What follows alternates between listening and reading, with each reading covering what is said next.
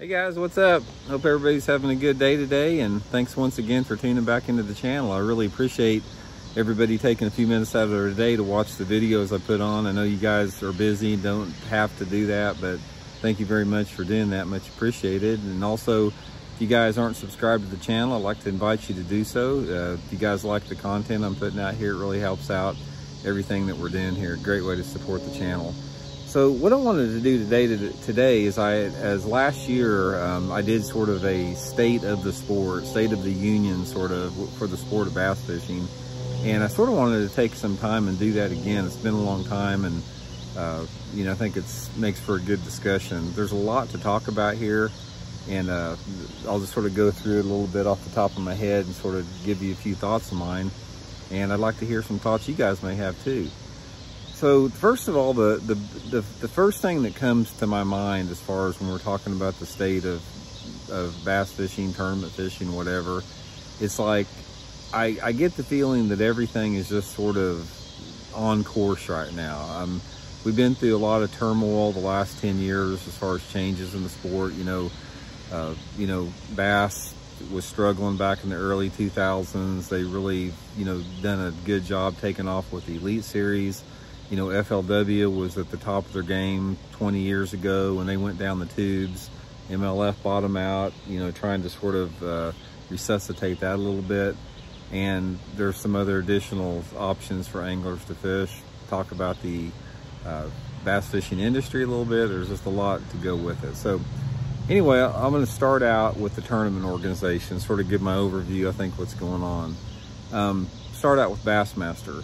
Bassmaster, in my opinion, is doing really great right now.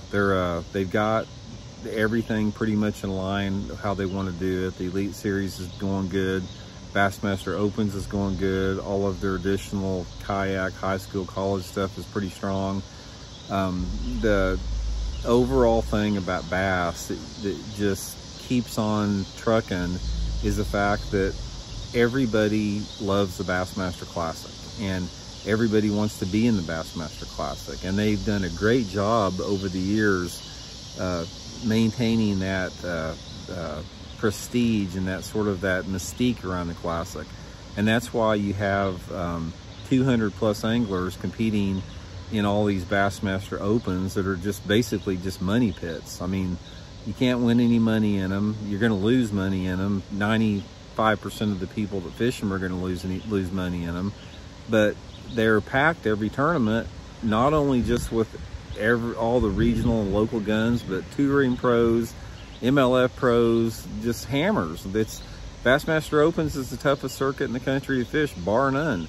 And it's like that because everybody wants a chance to either make the Elite Series or win or make the Bassmaster Classics. That's going really good. Elite Series, same deal, super strong. They weathered this whole storm of the MLF exodus of all the pros over there. And the Elite Series is going good as it's ever been. They've really marketed the Elite Series the last few years, singling out a couple anglers, and they're really doing some heavy promotion with those anglers. It seems to be working because everybody wants to get into the Elite Series via the Opens. So bass is doing great right now. They really are. I'm fishing the Bassmaster Opens. I really enjoy fishing those tournaments. Very well run. I like the energy and the vibe with them. So, I give bass an A what they're doing right now. MLF, to tell you the truth, it's like they are under the radar there's two different aspects of MLF. You've got the Bass Pro Tour, and to be honest with you guys, I don't ever see much about the Bass Pro Tour out there. I don't know if I don't follow it or what the deal is, but it's in place. Everything's set in place. There's so much. There's so much. It seems like to me there's like a lot of stuff that's hidden with the Bass Pro Tour that's going on there. I don't hear much about it. I don't hear the anglers talking much about it. I hear a lot of the co-anglers that I fish with, and just anglers that I'm around. They don't like the format. They're just not really into it. In my opinion, the Bass Pro Tour has not lived up to its expectation. And I think that, and that's why you've seen a lot of the Bass Pro Tour guys, like, you know, Gerald Swindle and those guys, Brandon Polinick, they've made a move back over to bass. They, you know, want to get back over here. It just has not panned out for the pros, for most of the pros over there, like they thought it would. I think there's a lot of buyer's remorse amongst a lot of the pros that, you know, got the invitation. And it was an invitation, guys. There was no qualifying for the Bass Pro Tour. You didn't have to qualify for it. You got some, you know, cryptic invitation with no explanation why, or why other people weren't. So from that standpoint, I can't get a good feel about how the Bass Pro Tour is going right now. I really can't. There's just there's not a lot of transparency there. But I will say, when you go over to another element of MLF, is the Toyota Series. The Toyota Series tournaments are doing great right now. I mean, they're getting good fields in the tournament. They're very well run. It's not only a grassroots deal, but there's a lot of touring guys fish it. The competition is just as tough as any other circuit out there, or tougher. I'm very impressed with the way the Toyota Series through MLF is doing right now. In fact, I give it higher marks than the Bass Pro Tour, in my opinion. You know, just for the vibe that I get off of anglers talking about it. So I've really enjoyed fishing them. Like I said, I qualified for the Toyota Series Championship this fall at Pickwick. Really looking forward to that. And it's just been a very well-run tournament organization with that. The National Pro Fishing League, the NPLF or whatever like that, this particular one, it seems like they're very well organized, and it seems like they got some decent funding, but it doesn't seem like it's getting off the ground for me very well. I don't see anything about this other than on like some of their social media stuff. They don't really have many or any marquee anglers fishing the circuit. I think it's been a great option for the anglers that were sort of left out in the cold a little bit by MLF and Bass, which a lot of guys were. So I think it fits a niche for a lot of guys that sort of were in that position. You know, the payouts I think are pretty decent in the thing. The guys I know that are fishing it seem to really like the event. So I don't have anything bad to say about that. I just know that it doesn't seem to be getting the traction as far as with the notoriety that a lot of the other circuits do. And then you have, of course, you know, all the kayak, high school, college stuff, which is going strong. Kayak fishing is going really strong right now. So that's pretty much on the tournament end of it. The industry side of it, the fishing industry is booming right now. And the thing that is the paradox on this whole thing is boat and motor sales are going through the roof, tackle sales are going through the roof, and the payouts still suck in the tournaments. That something does not add up to me there, where, you know, we have bigger entry fees now and lower payouts than we did 25 years ago. Back 25 years ago, we were competing for hundreds of thousands of dollars for first prize every tournament for half the entry fees. And I know that the economy and the fishing industry wasn't as strong. The economy right now in the United States is super strong. It's getting better all the time. Like I said, fishing tackle industry, boat and motor industry is as good as I've ever seen it. So from that standpoint, you know, that's a good thing. In fact, the sales are so good that the biggest problem you have now with the boat and motor sales and the tackle sales is you can't get a lot of product. I mean, a lot of the, you know, COVID has had an impact on that as far as, you know, getting materials and stuff from overseas for some of those companies. That slowed stuff down. But overall, there's more people fishing than ever. I mean, one thing that COVID did this year, which was not good for the fishing, but was great for the fishing economy, was just everybody was fishing. I mean, the lakes literally got more fishing pressure in the last 12 or 15 months than I've ever seen in my entire life. I mean, absolutely just, you know, packed full of you know, anglers every single place we go to. So from that standpoint, you know, everything looks pretty good from that end of it. Overall, you know, I think we're doing pretty good right now. I think that the sport it's going through a lot of changes right now. It's going through a lot of maybe a little bit of an identity crisis. We've had so many changes with the tournament organizations, you know, with advancing technology, with basically equipment advances, that you know, it gets pretty intimidating a lot of times for people just getting into the sport. So that's sort of an overview of what I got on it right now. You know, I don't really have anything as far as, you know, a lot of guys that watch my videos say I'm really negative about stuff. But the thing about negativity, you have to decide if it's being negative or if it's being realistic, because positive change can't be affected unless somebody calls it out. And if you're going to affect positive change, that's not being negative.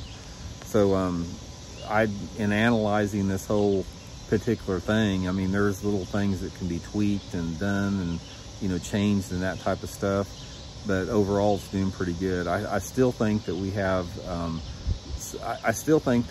sort of a situation within the tournament realm where it limits and hampers a certain group of people and gives another, you know, set of people advantages that they don't have for a lot of different reasons.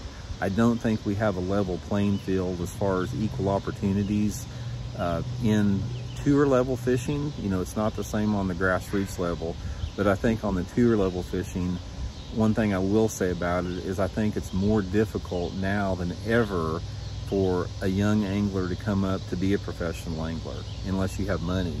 Money has become such a factor in the tournaments simply because the payouts are so bad and the expenses are so high and the equipment's so high and the boat and motors are so high that if I've got one thing to, like, you know, rail on a little bit, it's the fact that we are trending towards, and I talked about this before, guys, we're trending towards tournament level bass fishing become an elitist sport. It really is. There's no two ways around that.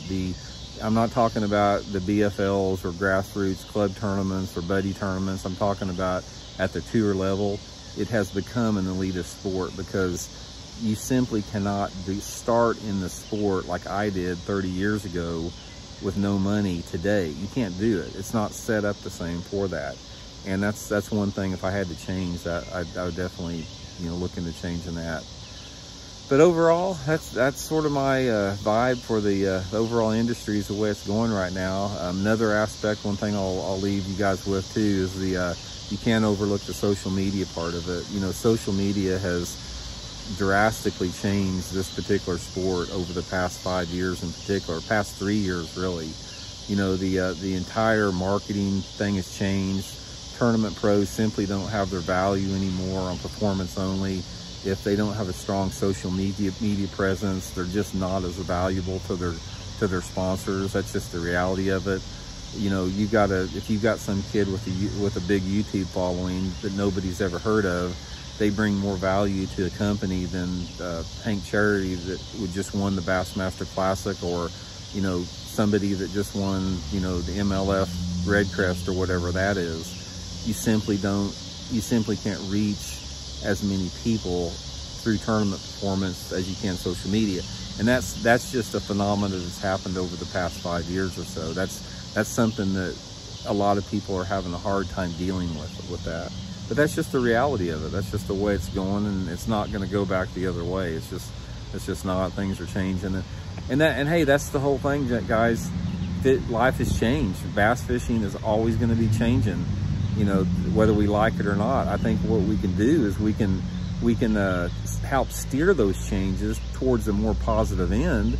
And in my opinion, this whole attitude of growing and getting bigger all the time, and you got to have growth, and you got to get bigger, and you got to have growth constantly, I don't think that's a good thing. I think at some point you have to focus on quality over quantity as far as growing like that, you know, improving on what you have. And eventually at some point we've got to say, okay, these boats are $100,000 now. In 20 years, are they going to cost $200,000? I mean, is the tournament entry fee is going to cost $10,000 sometime. At some point, we've got to sort of, you know, pull it back in a little bit and you know, not let it spiral out of control. Ultimately, you know, we all do this because we love fishing, man. We love getting out there. We love to feel that bite. We live for that bite. We live for fighting that fish. You know, it's an addiction. You know, if you guys are watching this channel out here, the only reason you're watching this channel is you're a bass addict, a bass nerd, or you wouldn't be watching it. And I know how powerful that is. So sort of a brotherhood a little bit with all of us out there. So anyway, that's my 2 cents worth, guys. Shoot me your comments. Be curious to hear what everybody's got to say about that. And once again, just please hit that subscribe button. Much appreciated. And we'll see y'all later.